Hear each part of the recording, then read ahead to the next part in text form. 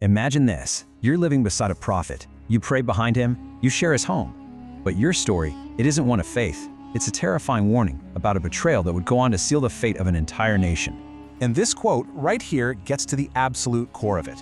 She lived in the light, but she carried a darkness so deep, so hidden, that even the prophet she shared her life with couldn't see it.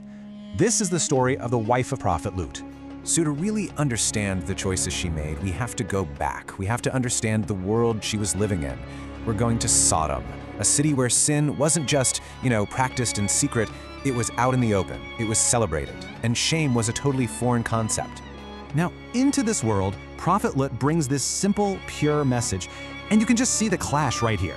On one side, you have his plea, fear Allah, return to what he created for you. And on the other, the city's proud, arrogant response, leave us to our desires. You're trying to change our whole way of life. The battle lines were drawn so clearly.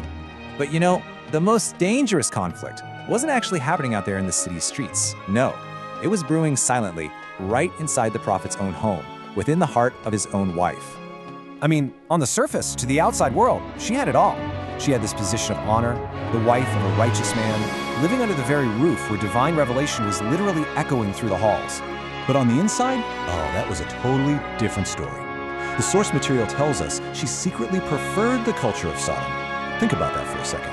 The laughter of wicked people was more pleasing to her than the righteous tears her own husband was shedding for his people.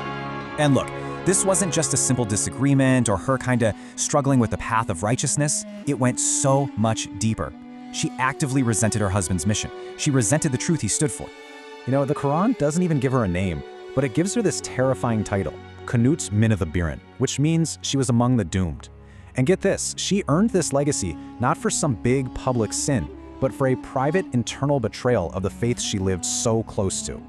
So, the event that forces this private betrayal out into the open all begins one evening. 3 travelers appear at the city gates, and they're angels, disguised as these unbelievably handsome men, and their arrival, well, that's what's gonna trigger the city's final catastrophic act.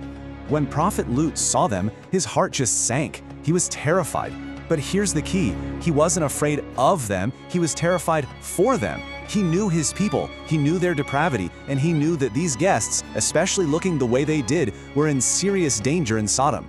So he rushes them into his home, trying to keep them safe. But the irony is just devastating, because inside that very home is the one person who is about to turn his act of protection into a citywide frenzy. A single choice is about to unleash hell. And it all just unraveled in a flash. The wife sees the guests, and instead of fear, she feels this twisted excitement. She slips away, sends a signal to her people, and the news spreads like a virus. And within moments, a furious mob is at the prophet's home, demanding that he hand over his guests.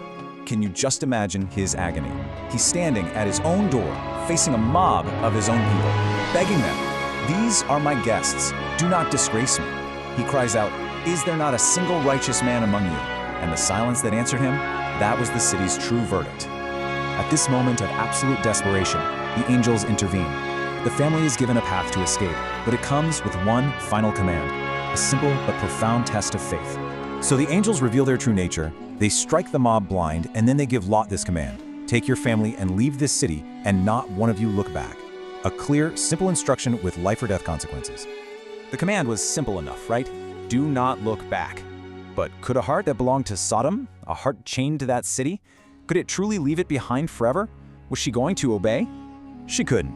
As they fled with the sounds of destruction literally roaring behind them, her attachment to that world was just too strong. Her heart betrayed her feet. She turned her head, and in that instant, a stone from the heavens descended, and her fate was sealed right alongside the city she loved. So why is this story preserved so carefully in Scripture? Why do we remember it for all time? It's because it's not just about one woman. It is an eternal warning for all of us.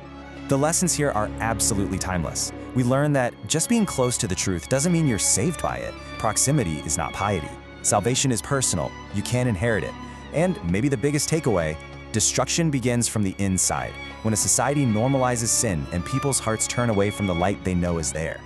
Ultimately, this story teaches us that purity is a shield, and darkness is a self-inflicted wound.